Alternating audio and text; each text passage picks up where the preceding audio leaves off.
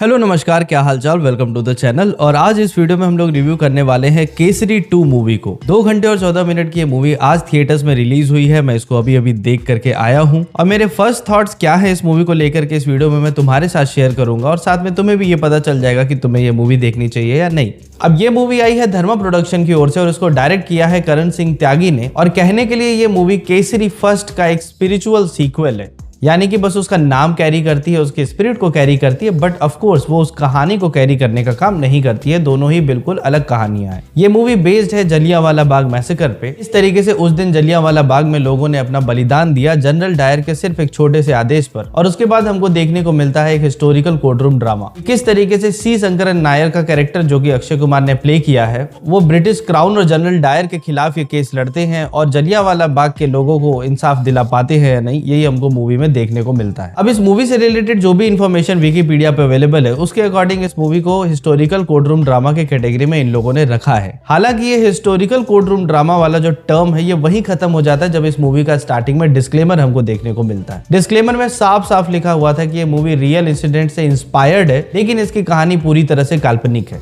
और ये लाइन पढ़ने के बाद मैं अपनी चेयर पे बड़े आराम से फैल करके बैठ गया, क्योंकि अब मुझको इसको हिस्टोरिकली जज नहीं करना था। मुझे ये नहीं जज करना था कि रियल में क्या हुआ था और इस मूवी में हमें क्या दिखाया जाएगा, क्योंकि डिस्क्लेमर में ये भी लिखा हुआ था कि चीजों को नाटकीय बनाने के लिए, इंटरेस्टिंग बनाने के लिए उसमें बहुत सारी चीजें जो है वो अपनी ओर से जोड़ी गई है। ऐसा डिस्क्लेमर देने के बाद तो डायरेक्टर और राइटर जो है वो आराम से किनारे हो जाते हैं और अब हम सिर्फ जज करेंगे मूवी को कि मूवी कैसी थी। अब देखो, जैसा कि मैंने अपने court the state versus a nobody के रिव्यू में बोला था कि इस मूवी का कोर्टरूम ड्रामा बहुत ही अच्छा है और केसरी 2 जो है वो भी एक कोर्टरूम ड्रामा होगी, बस वो ओवर द टॉप हो सकती है। तो जो मेरा उस टाइम का गेस था वो बिल्कुल करेक्ट साबित हुआ। जो इस मूवी में हमको कोर्टरूम ड्रामा देखने को मिला है वो ओवर द टॉप था और ऑफ कोर्स रियलिस्टिक तो बिल्कुल भी नहीं था। लेकिन सबसे पहले बात कर लेनी चाहिए स्टोरी की। देखो, स्टोरी फिक्शनल भले ही है, लेकिन स्टोरी जो है वो एंगेज करती है एज एन ऑडियंस। मूवी के स्टार्टिंग में ही हमको जलियांवाला बाग का जो मैसेकर है वो जिस तरीके से दिखाया जाता है, जिस तरीके से उसको फिल्माया गया है कि कोई भी इंडियन उस सीन को देखने के बाद इमोशनली मूव हो जाएगा और मूवी के साथ कनेक्ट हो जाएगा। तो मेकर्स का उस सीन को सबसे पहले ऐड करना एक बहुत ही स्मार्ट मूव है ऑडियंस को पूरी मूवी में एंगेज करके रखने के लिए। इसके बाद मूवी जिस तरीके से आगे बढ़ती है, हमको दिखाया जाता है कि जो सी शंकरन नायर का कैरेक्टर वो स्टार्टिंग में अंग्रेजों का बहुत ही फेवरेट होता है, लेकिन धीरे धीरे कुछ घटनाओं की वजह से वो किस तरीके से अंग्रेजों के अगेंस्ट हो जाते हैं, इस तरीके से वो अंग्रेजों के खिलाफ कोर्ट में केस लड़ते हैं। अनन्या पांडे का कैरेक्टर किस तरीके से उनको सपोर्ट करता है, आर माधवन का कैरेक्टर किस तरीके से उनके अगेंस्ट कोर्ट में केस लड़ने के लिए रेडी होता है। ये सारी ही चीजें बहुत ही इंटरेस्टिंग तरीके के साथ दिखाई गई है। मूवी की स्टोरी जो है वो बहुत अच्छी है, कहीं भी तुमको बोर होने का मौका नहीं देती,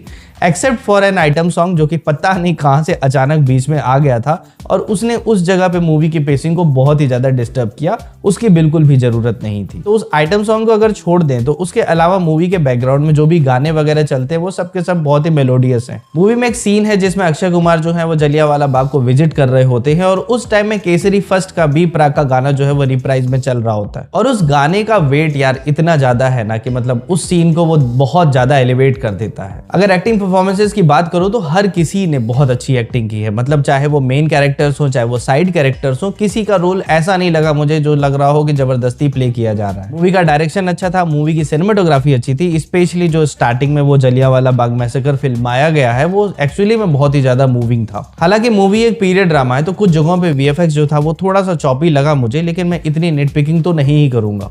ओवरऑल 2 घंटे और 14 मिनट की मूवी थ्रू आउट एंगेजिंग थी और मूवी का क्लाइमैक्स जो था वो बहुत ही बेहतरीन था। हालांकि क्लाइमैक्स आने से पहले हमें समझ में आ जाता है कि वहां पे क्या होने वाला है, लेकिन एज एन इंडियन भाई वो फीलिंग जो है वो एक अलग ही होती है। ओवरऑल जो मूवी की स्टोरी है वो इंडियंस के पैट्रियोटिज्म के ऊपर राइड करती है, लेकिन अगर मैं इसको फिक्शनल स्टोरी मान करके भी ट्रीट करूँ इस रिव्यू में तो भी मुझको जनरल डायर का वो जो चाइल्डहुड ट्रामा वाला सीन था ना वो जबरदस्ती का लगा। मतलब उसकी जरूरत नहीं थी। He is a hated character, उसने जो भी किया था वो गलत किया था और उसको लेकर के किसी भी टाइप का जस्टिफिकेशन देने की कोई जरूरत नहीं थी मूवी में। ओवरऑल अगर मैं अपने पर्सनल एक्सपीरियंस की बात करूं तो बहुत दिनों बाद बॉलीवुड की ओर से एक और अच्छी एंट्री आई है जिसको थिएटर में देखने के बाद जरा भी बुरा नहीं लगता, उल्टा जब तुम निकलोगे तो तुम्हें अच्छा फील होगा। इस मूवी को मैं रेट करूंगा 3.75 out of 5 stars. It is a good movie और तुम इसको थिएटर्स में जाकर के बिल्कुल देख सकते हो। आगे इस वीडियो को यहाँ तक देखने के लिए थैंक यू सो मच। एक काम छोटा सा और बच गया और वो है चैनल को सब्सक्राइब करने का, तो चैनल को सब्सक्राइब करो। मिलते हैं अगले वीडियो में। Thank you so much, bye bye.